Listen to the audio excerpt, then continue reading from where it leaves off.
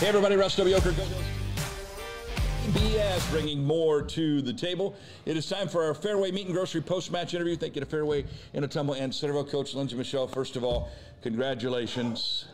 How about that? Wow. Yeah. You came down for the pre-game interview, and all of a sudden, like, oh, this is real. This is where we're at right now. And the butterflies hit, and the excitement, and, like, you know, it's been a long August to, you know, slow start in August. It seems like forever ago. Sarah at the end, she said, who would ever thought when we were 5-5 and just trying to figure it out at the beginning of the year that this is where we'd be. And this is a heck of a great place to be right now. It's a great day to be a Warrior. Great weekend to be a Warrior. Hellier is fire. That's awesome. You know what? Let's start with that. First of all, let's start with this. Vincennes, great team. Great team. That was a battle. That was a battle. Huge battle. Yeah. They had a huge block, very aggressive swinging. They didn't just want to go out there and tip the ball, and that's the kind of volleyball we love. Well, and you could tell well coached. Coach Steen did a good job with them. It's, you know, he tried to keep the momentum from swinging a lot, but our team was just ready, and I want to roll from that into the that crowd, side of the court being Hellier. How about that? Driven. Yeah. Very much. Yeah. Yeah. It was hard to focus and hard to maintain a lead or any type of putting things together for them on that side. And thank you, Hellier Nation. Yeah, they came out in full force today, and what a great presence they were. So be sure to go watch them tomorrow, because that was a lot of the soccer team. They play tomorrow. Yeah, it was fun. Yeah. I was dancing up there. It was a good time, having a fun time. So, all right, Georgia Hoffman.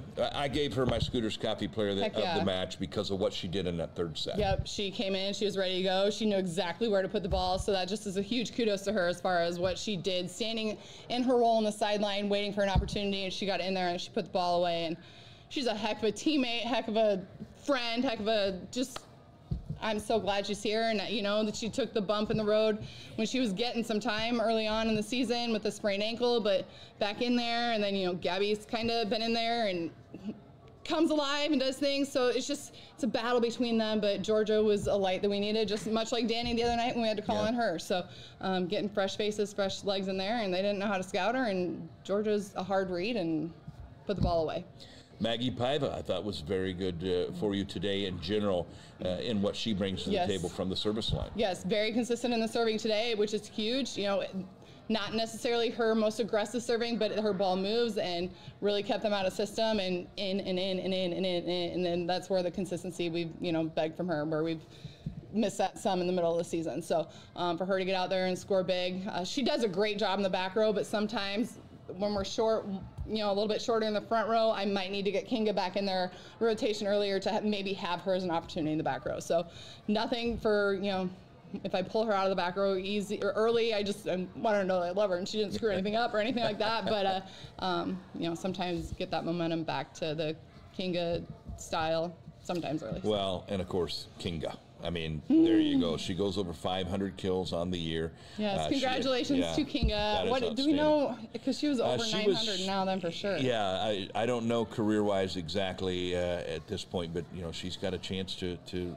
really. She's already left her mark. Yes. But she's got a chance to get into rare waters. Yes. Depending on how far we can go with this thing, she definitely has a chance to get up over 550 this year. We'd have to play 2 or 3 probably at that national tournament. That 1,000. But yeah, but she's got a chance. Yeah. No doubt about it. She's pretty special. She's incredible. Yes. So, and Von Heestren was big. I mean, ultimately, had it not been for what I felt like the spark that Hoffman brought in the third set, Von Heestren throughout the match was probably your player. Yep. Yes. For longevity throughout the match. But then with that, Georgia was able to open up a hole then towards the end of those 2 sets for her to get back open and bring that block back. Because, you know, we got in there, we were swinging at hands, and, you know, they were hooked on her, but then we had to give them something else to look at. Brought Georgia in, opened things up kind of for everybody. But our middles, they placed the ball in the right spot on that tip. Ishizar was killing them with the dump. I mean, man. Yeah. It was. So we're always that easy on the third set, Coach, you're down 21-15.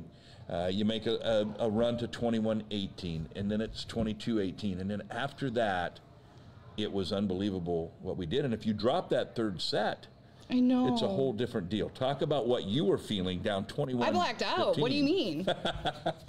I mean, I was preparing. I was mentally preparing what to say to them to give themselves an opportunity in the fourth hit to go 5. Yeah. So shame on me for giving up on them. But darn it, play ahead, stay aggressive, serve the ball in. But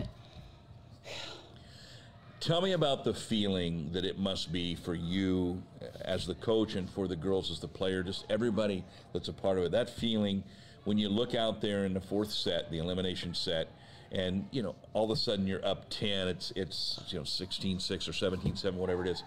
You pretty much know, I mean, what is that feeling like when you look up and you go like, we're going to the national tournament? Yeah, just surreal and so like proud and let's keep going and like what else can we prove while we're right here and with the girls that we have together. And our last time at Hellier, oh my gosh, is at Hellier and it's roaring in here, and like what can we do to continue to leave our mark and drive that ball to the ground as fast as we can to continue. I said, don't slow down now. We have to continue with this momentum and take it into the national tournament. You know, don't go out and give up 5 points and have to then scratch our way to the top. Like, you go out there and you put these away and we use this and we put this in our pocket. We remember what this feeling is and how it felt to do this at home and go out there and get the finish. Well, you're going back to the national tournament. This will be trip number 3 for you as the head coach. You're the all-time winningest coach in Indian Hills volleyball-wise. Now you go back to your 3rd national tournament. Tell me what you learned from your first trip that you took into the 2nd trip, and now what you feel like you might know going into the 3rd trip that you wouldn't have known the first time around. Do you learn every time you go back? Yep. No, you'd think that, oh, it's just another tournament. You show up, you warm up, you da-da-da-da-da. But no, don't touch the balls until the timer goes off. On your, I mean, it is strict. Like, you don't get more than 50 minutes. If you get 50 minutes and 1 second of court time, no, you broke a rule. Like, you don't touch the balls. You have to count all the balls. Like, there's just a lot of, serious business, to make it run naturally. And so just those things, understanding those rules is, and figuring that out, a little intimidating, but a little bit easier to go with the flow, knowing those things. We played at Hutch, playing at Hutch, this summer, when was that, September, October, getting back there, we've seen the court. We know that the days are going to be long, but and then you're off, you go scout, you get rooms to go watch a video and things like that. You just get a lay of the land a little bit better too, which helps things flow. So today's the 4th. The earliest you would play would be the 15th. So you're going to have 11 days here. What do you do with that, and how do you make sure you're ready to go come the 15th? Which is fine. I've been telling Sarah, win or lose, I'm taking a nap at some point on Monday. We have basketball tomorrow. So, we've still got girls who have aches and pains. Fernanda, I saw her a couple times go, ugh. So we're going to get her the rest that she needs, get her back in when it's time to, pregame and load the bus to go kind of thing, take care of bodies. But, stay in there and continue to serve aggressive in practices and, take the reps that we need to, scout who you'll figure out who we got here. I don't know when that showing is. It's usually. It'll be soon, yeah. It'll be, probably Wednesday. I don't know for I'm sure. not sure what it was. I haven't heard yet when they'll Hopefully have not that Monday, so I can take my nap. Yeah, you got to do nap first, right? Hey, Anna Vestridge had a kill tonight on top of everything else she did. Yes. She makes that engine go. She's good. She's very good. We're going to work on defense a little bit with her. And it's just in her head. She gets one by her, and then she's a little bit frustrated, but she's got to play defense for us to be on. And I think we'd be remiss, and sometimes we don't think to mention De Silva, your libero, and what she means to this But her squad. and Sasha, too. Serve receive tonight was so good. Sasha was good. Again, but Sabrina a couple different times, the right place at the right moment. Not like, oh, she was in the right spot, but thank God she was there, because that was a big momentum shift.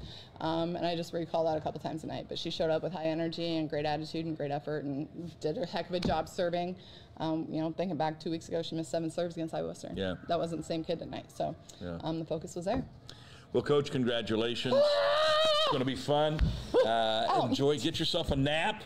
Get ready to go. Hutchinson, Kansas, the national tournament. It never gets old, right? It never gets old. Back-to-back years. This is the first time you've gone in back-to-back years, and you just start to build and roll. And I know then the players next year will tell the ones coming in how much fun it is. Yes. And you start to make it a tradition that you're going to that national tournament. So we certainly are going to be cheering for you, and we wish you the very best. And Zach Ibrahim will be on the call. I'll be in Florida, but we'll be there with the audio broadcast, and I'll be tuned in whether I'm on a beach or wherever I'm at that time. calling the basketball, whatever it is, we'll have one ear on what's going on in bet. Hutchinson, Kansas. We wish you the very best, and Thanks. congrats. What a great day. Indian Hills wins at 3-1 over Vincennes and punches the ticket to the national tournament. Hutchinson, Kansas kicks off on the 15th. Big thanks to Fairway for our post-match interview with Coach Michelle, and always our presenting sponsor, JBS. For the entire crew, thanks for watching.